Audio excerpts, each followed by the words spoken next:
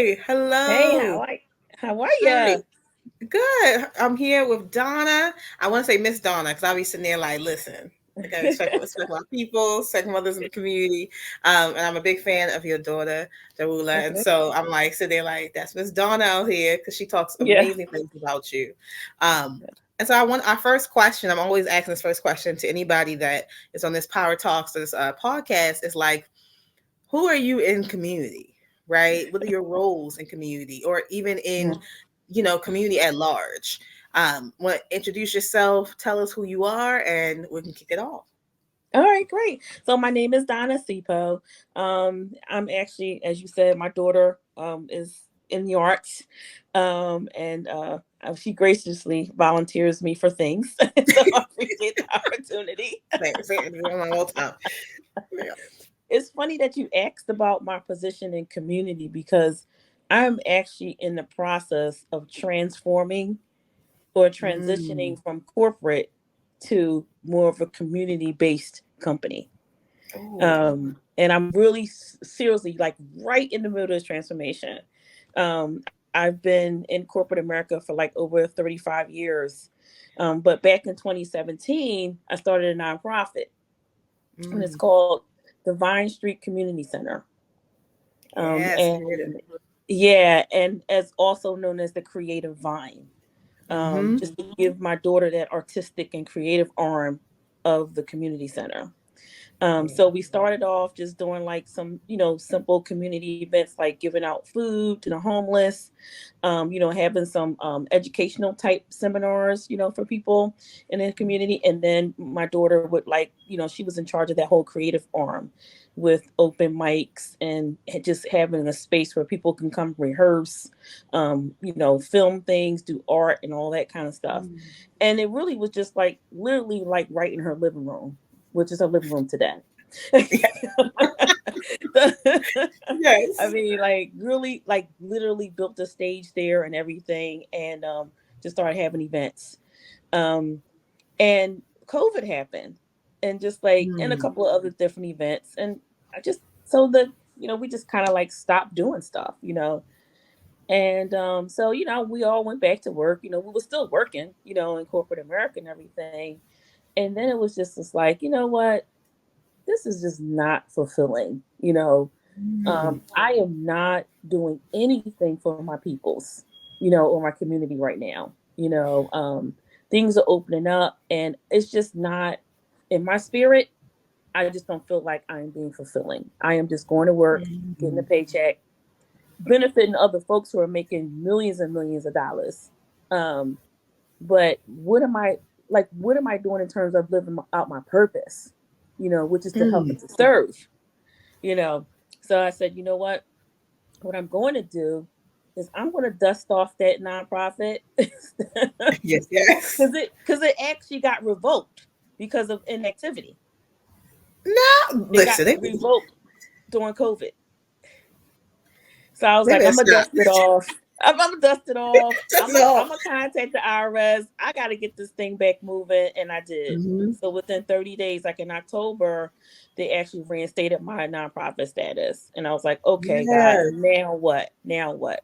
So in that process, I actually acquired a building next door to my daughter's place, which is also my husband's old office. We decided to move the community center next door. Period. We had our grand opening December the 6th, and now we are moving forward with opening the doors up to the community, being able to be a Mm. resource center for anything that they need. And so that's where I'm at right now. My boss at work says to me, I'm waiting for the day that you tell me it's your last day, you know, Yeah. and Yeah. because the way I'm moving, yeah, I am going to transition out of corporate America and just do that thing, you know, which is to help and serve our community. Yes. That's a Hmm. testimony in itself, right? The notion Yeah. of transition, especially in the world we live in today, where we see a lot of people moving forward with community and community Hmm. in mind. It's like, this is what we have to do. How am I Hmm. showing up? right? Mm-hmm. And how, and I just transitioned into, not more into corporate, into kind of executive positionship. Mm-hmm. And I used to be, I'm more on the ground educator, program director, and so I understand the notion of I have to be tied to my community in any way Mm-hmm. possible, in my day, Yes. because it's Yes. not fulfilling if I'm not, right. That's right. And you talk about resources. Well, I'm sitting there, Mm-hmm. I'm here. Listen, if anything a black mama gonna do is make sure, be like, listen, we tap into who we tapping into, who we gotta call, who we gotta, what building can we get, what space, you know what I'm Mm-hmm. saying?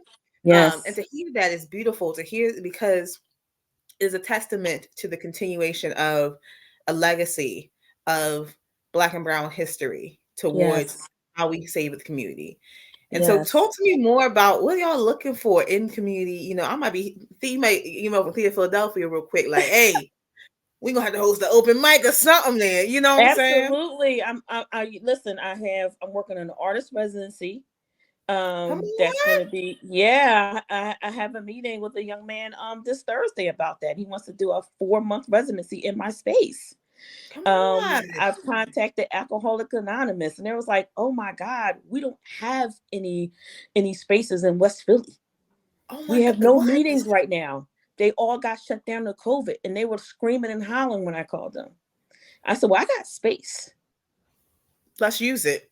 Yes. Like, and that Yes. is that's a beautiful thing. And you talk about, what I love is hearing how you birthed this nonprofit was to support your baby, to be like, listen, Yes. my baby was an artist. I want to make Yes. sure.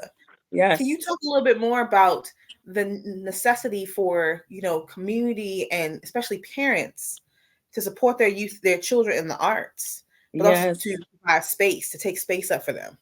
Exactly. So I've always been like one of those parents that try to look for what the child is passionate about, Hmm. without judgment. You know what I mean? Without like, oh my God, I got to make millions of dollars. You got to do this job, this career, whatever. But whatever you're passionate about. And I'm going to tell you, I had 3 children, and I used to run around like a crazy woman on Yeah. Saturdays and Sundays between dance and football and basketball and this and that. I had one that played the drums. I had one that was a singer and acting. And then, the other one was in a bowling league. They were always involved in the activities that they absolutely loved. And I did that to keep them off the streets, because we was Hmm. in a rough neighborhood, but they never played with them kids because they was always busy, you Yeah, know. And then when we came home, all they do was just fall into bed because they were so exhausted. So hmm. that was my way of surviving, in the neighborhood that we were, which was like right off of 59th and Market. You know what I'm saying? Um, but they were doing things that they absolutely loved, that they were absolutely passionate about. And I was supporting them no matter what I had to do. If I had to sacrifice, and I made a lot of sacrifices of myself, you know, I wasn't Hmm. getting my hair done every 2 weeks, right? I wasn't going shopping, all that stuff that I was doing because every Saturday we had something to do.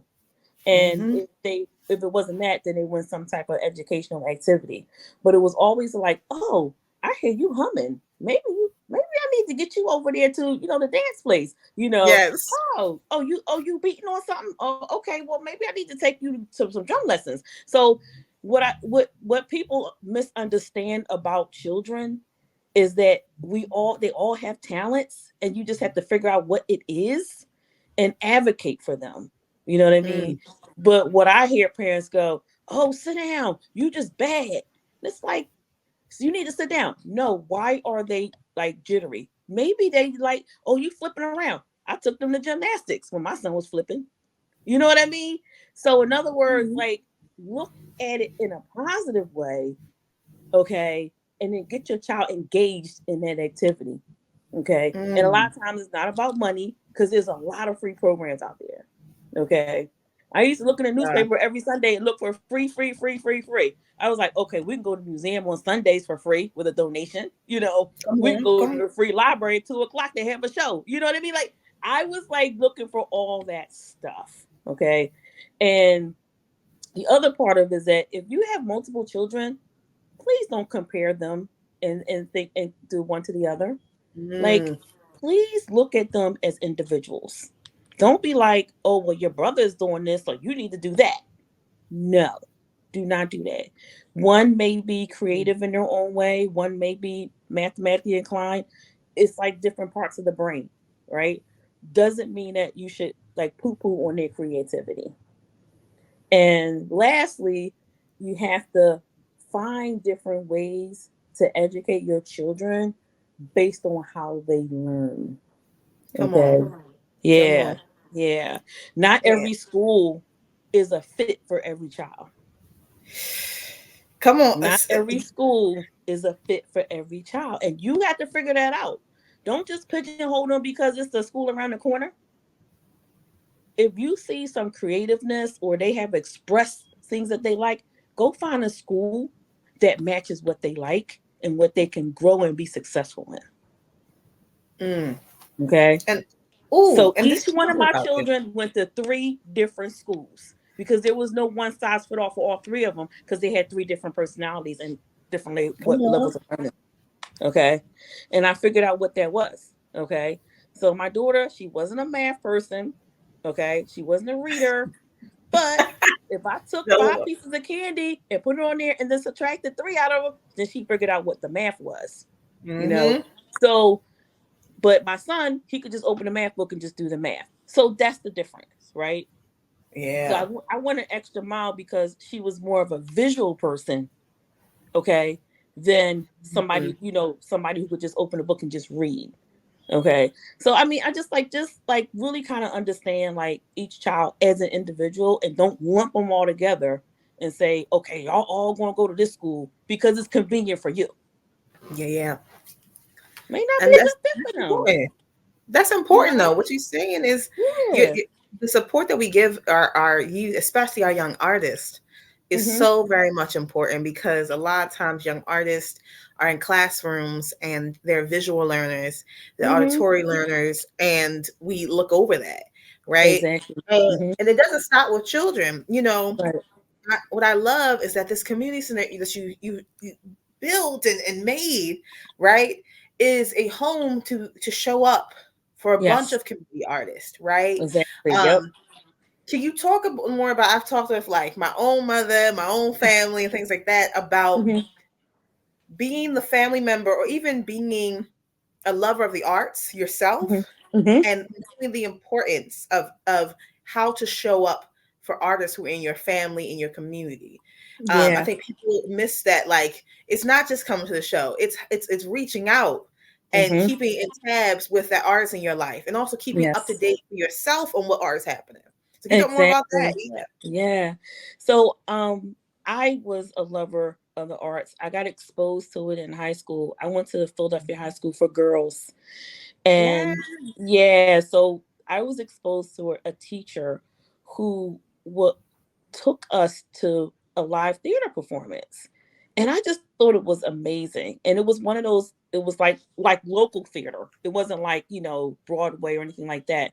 But the small theater companies, and it was, BYOB, we bought our own food, drink, real tiny place. And it Hmm. was like, but it just when I went there, I was amazed. I was like, I love this. I love live theater. I love live concerts. I listen to all genres of music, you know. And so, there's something to be said about when you are carrying a child and you're listening to that kind of music or you're exposing yourself to those things, they actually hear it. I believe it. Okay. Hmm. And when they come out, wanting loving music. And so I know when I was carrying my daughter, I was doing all those things. And I was like, oh my Mm. God, I have a girl. I'm going to expose her to everything. And I did, So, like I said, I sold out those local plays and we would go. I mean, she'd be sitting on my lap in the theater, okay, 2 and 3 years old. Um, it was so much exposure to, all the different shows and everything that was all over the place. And the free library was my favorite place. I don't know if anybody knows, but Yes, down yes. at the circle, they had like a whole like Sunday thing going on where you can just go there and see all kinds of shows and stuff like that. So I really, really kind of exposed every single one of my children for that. And then it's always church. part of the church choir, and Mm-hmm. all that kind of stuff. So each one of them had some kind of artistic thing in their program, from little. And they decided if they wanted to pursue it further. But it's always about the exposure, you know. Even opera, you know what I mean? Like, it's like, well, we didn't understand what they were saying, but guess what? You was exposed to it. And then you might, I don't know, they might love it later on. But if you're never exposed to it, you're never even going to know, if you're going to like it or not. And then also in terms of like buying gifts, I always bought something that was a little bit creative, from Legos all the way up to just making jewelry or making this, AC Moore was like my favorite place to go for my kids. I don't even know they're around anymore, right? But that's why I used to do all your Christmas shopping. Because you can go in there and it's like all types of stuff that they can make and just be creative. And so then when Mm-hmm. those science projects come up, they already know what to do. They They're not got trying to it. figure out Listen. how to do a volcano because they already know that. Be like, Or go ahead, whatever they Greg. You want to know do. where it is. You're like, Right, you know what the stuff is. Stop playing. Yeah. exactly. So if you and then okay, if you don't, some people are not into it, right? But if you have a family member or aunt or whatever who is into it, expose your children through that way. You know what I mean? Like, Yeah. hey, why don't you take my child, to the theater or whatever? Because I don't, I'm, it's not my interest, but Mm-hmm. maybe somebody else in your family is their interest. These are how all these famous people grew up and how they became famous. Okay. If you Mm-hmm. ever sit there and watch documentaries, like Unsung is my favorite show, but Yes, Unsung. I love Unsung, but Unsung. I watch documentaries of everybody. That's the other thing I like is biographies and documentaries. And some of the things that you see how these people are exposed as young people and that's how they become like great artists today. You know. Yes. Yeah. Yeah, So speaking the truth about, and I love that answer of how you support is to the through awareness, through exposure. It's behind a mhm. lot of the work I do with youth and making sure that I take them. They everywhere with me. They be on SEPTA. We'd be like, we're going to the open. What you mean? They're like, Sabriaya, you got 50 to 11 kids on this train. Where are y'all Yeah. going? See a theater Yes. show. What you mean? Um, Exactly. and so it's not. I think I'm gonna our last question, and it's like one of my favorite questions because it's different for everybody, and it's also such a potent question. What makes you feel powerful? Mm. Mm. That's a really, really good question. I feel powerful when I it's like I receive confirmation of what I'm doing. Like and Mm. like it's like, okay, I set a goal for myself, right? And I say that, with this goal, I know that it's gonna help like hundreds of people, right? Because I do all kinds of speaking engagements, presentations, all that kind of stuff. And I just show up places where people are not being supported, particularly women. I'll go. Mm. And be like, oh, you want to go? I'm like, yeah, I'll go because you're being celebrated. I go anywhere where somebody's being celebrated. And I think I Yeah. feel powerful when I'm able to connect with them, be supportive to them, and I'm able to share the knowledge that I have you know Mm. I it just is so powerful, and then you see somebody execute and like take what you said or what you've done and run with it. I just think it's so powerful. I really, really do. Yeah. Oh, that So answer, and that that's what notion. you can't get from corporate. You can't get that. Child, you can't. I tell all the time. I say when I'm doing these, when you when you're going to nonprofit work, even when you're in nonprofit work and you're dealing with funders and things like that, I Hmm. always remind myself they're speaking corporate, Yep. and I Hmm. need to just let them get it out, but Yep. don't let it block the value that I hold, right, Exactly. in Yes. arts. And I think that is I congratulate you on your transition. I Thank you. think that that is beautiful work and a journey that will pay off in thousands of ways with the community. When I say pay off, I think I tell people all the time, like, you get paid in the amount of community that shows up, you get paid in the amount of support that you foster for Yes. years to come and the Yes. building. And so Yes. I would like, I'll be up in there. Listen, do you like listen? Like, Miss Donna, I got a question. I got an idea.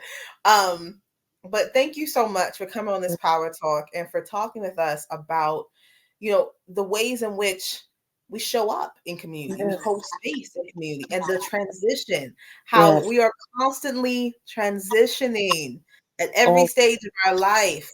Even we are like, I've been doing corporate for 35 years. Yo, to be like, I'm we ready to out, go. Deuces. right? That's a power move. Talk about power talk. That's a power move to be like, I Yes. got to go, you know? Mhm. And so I congratulate you. I celebrate you, and I'm looking so looking forward to even to coming through and being divine. Like, let's go. Let's go. Absolutely. We got so many things planned. At our grand opening, we had about 30, 40 people come by. And I asked them, Yeah. what's your vision? When you walk in the doors of this place, what do you see? And I wrote them Mm, down. Okay. Because those are the things that I want to hear from the community. I don't want to just be a building on a corner, right? How can I service this community? Okay. So one of the things I want to do is do some foot walking when the weather gets better and just kind of walk around the community and just talk to people. What do you mm-hmm. want to see? What do you need here? On this corner at 61st and Vine. Talk to me. You know, Yeah. yeah, because I don't want So to just be have events healthy. from all over the place and nobody's coming in from the community. That's not what I want.